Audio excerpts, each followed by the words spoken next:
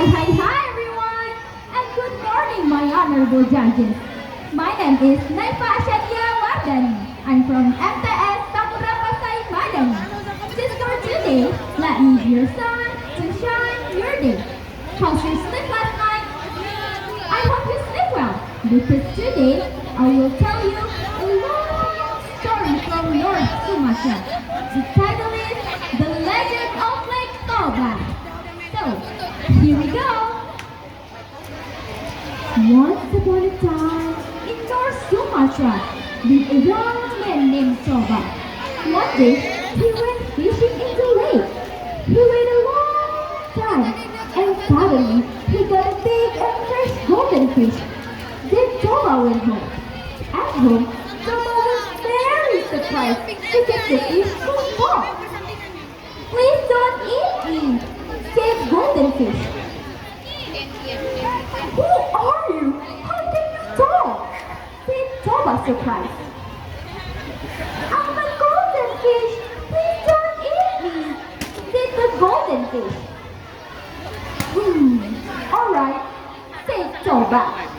The next day, TOBA went farming in the field. TOBA worked from morning until noon. He was very hungry and tired.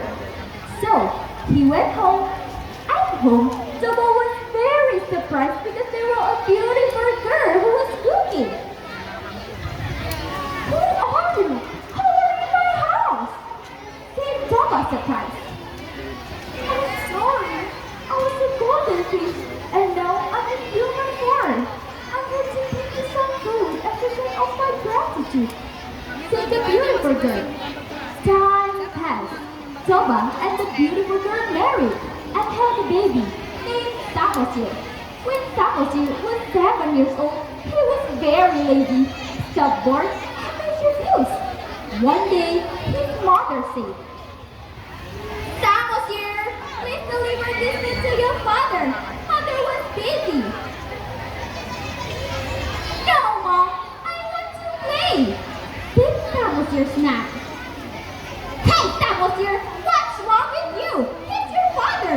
He's hungry," showed his mother angry. Because the mother was angry, SAMUDERA suddenly forced to deliver his food. On the way to the car, SAMUDERA ate for the lunch little by little until their mighty view. When TOBA opened the lunchbox, it turned out to be empty. TOBA was very angry with SAMUDERA. "What? Where's the food?" said TOBA angrily. "I'm sorry, Dad. I'm so hungry," SAMUDERA answered in anxiety. But TOBA, in his frustration, showed word he would serve you. "You're just like your mother, no better than a fish. You've got the manners of an animal. Go away from here and don't come back."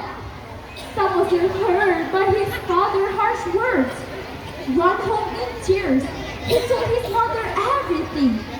The woman listened patiently and said, "Don't cry, my son. I will tell you what to do. Go to the highest tree in the village and climb it.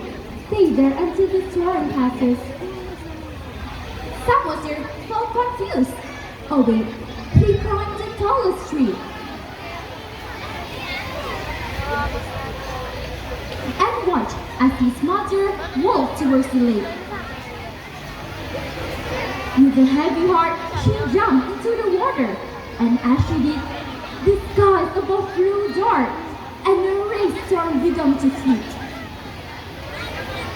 Rain poured from heaven in torrents, thunder round. The lightning split the sky. The village was flooded, and the earth drowned.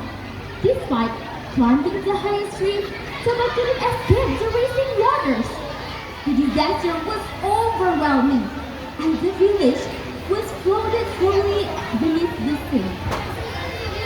And so, Lake TOBA was born, its water forever hiding the remains of the village that had once stood there. The storm raged for days, and when it finally cleared, the lake remained calm and still, as if nothing had ever happened. Alright, the story of Lake Toba teach us the power of our words and the importance of respect and kindness. That's all from me. I'm NAYFA. As Rasyid, we'll say goodbye. Thank you so much, judges, for your attention. See you later, everyone.